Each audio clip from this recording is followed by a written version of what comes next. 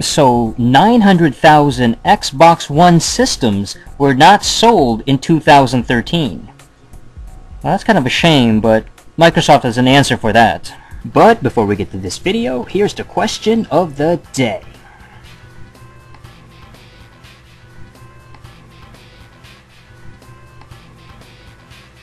Alright, so 900,000 Xbox Ones went unsold around the world last year, 2013, during the holidays, particularly. Actually, this is, I mean, Microsoft talked about this. They replied and basically said that they tried to sell, they sold as many as they could during 2013. We sold through nearly every unit we could during the holiday and pulled forward as many units as we could from quarter 3.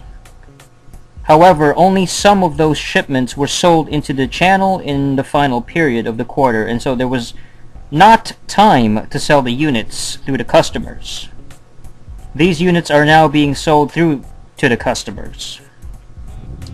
I mean, this story is a couple of days old now, which is, it might as well be like from, I don't know, last week, you know what I mean?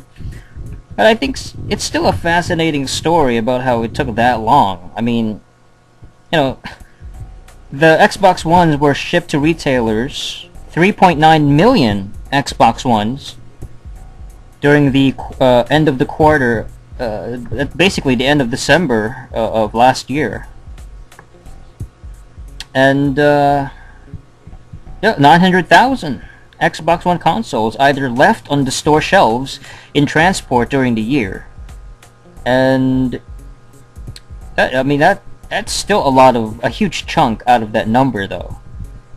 You know, with a PS4 selling over 4 million units in 2013. And we don't even know how many were left when it came to the PS4, if there was any. If there were any systems left during that particular run of the PS4. But the Xbox Ones were left on the store shelves. And you know, maybe it's just Microsoft trying to cover their asses as usual, trying to make up excuses, trying to give reason, whoa, well, it's actually, we're selling them now, and and 900,000 left on the store shelf. That's still a lot of systems. That's a massive amount of consoles that were basically unsold. You know, they were available for sale, but they were not sold in 2013. Oh my god. Xbox platform revenue increased to 1.6 billion because of the Xbox One, though the cost of revenue also increased because of the higher numbers of consoles sold and additional costs. Additional costs, that would be advertising, the Connect, whatever marketing they had, all that crap. Overall, Microsoft announced a record revenue of over $24.52 billion for the quarter and a net profit of $6.56 billion. But yeah, I think what's even funnier is the feedback regarding this topic. Like, the comment section is hilarious. Shu Genja, his comment read, Xbox One is the all-in-one entertainment device for collecting dust on store shelves. I find that entertaining to watch. That's hilarious. That's funny.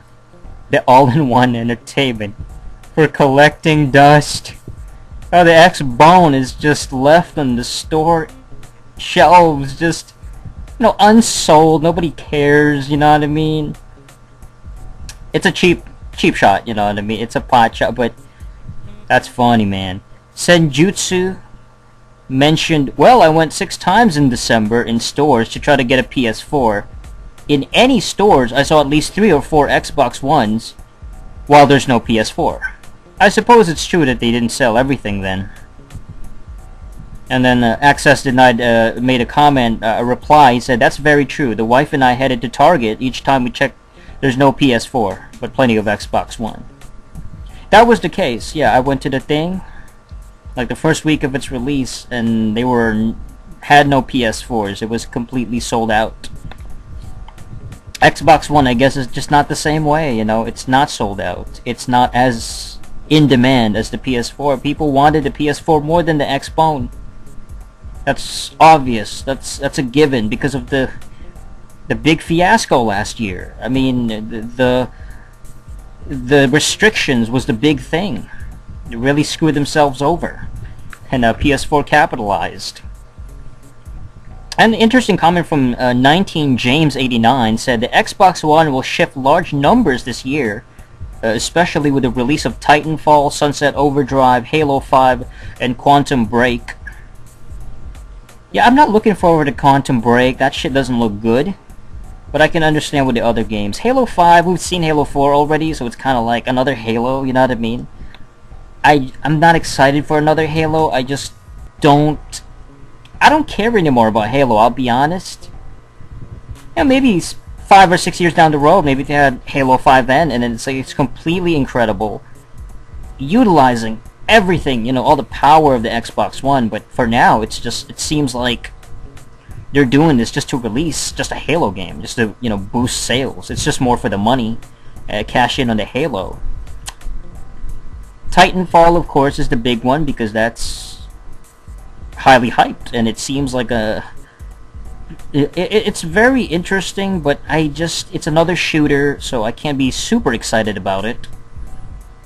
And Sunset Overdrive is just, that one looks the most promising, I guess. You know, it has a interesting look and the cartoonish look of it, and sort of reminds me a little bit of like No More Heroes, kind of, you know, the art design, and it's got like a flashy feel. It's almost like Wet as well, you know, the Wet with the third-person shooter thing and the art design. But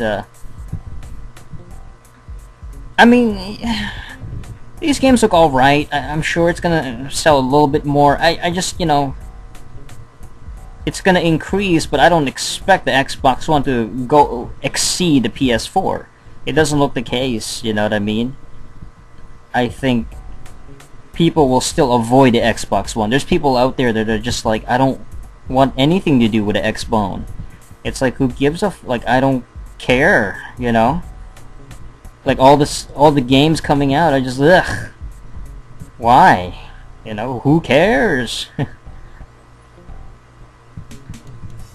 Kind of sad too, because I was thinking the other day that maybe Microsoft should stop making consoles and just stick to the PC.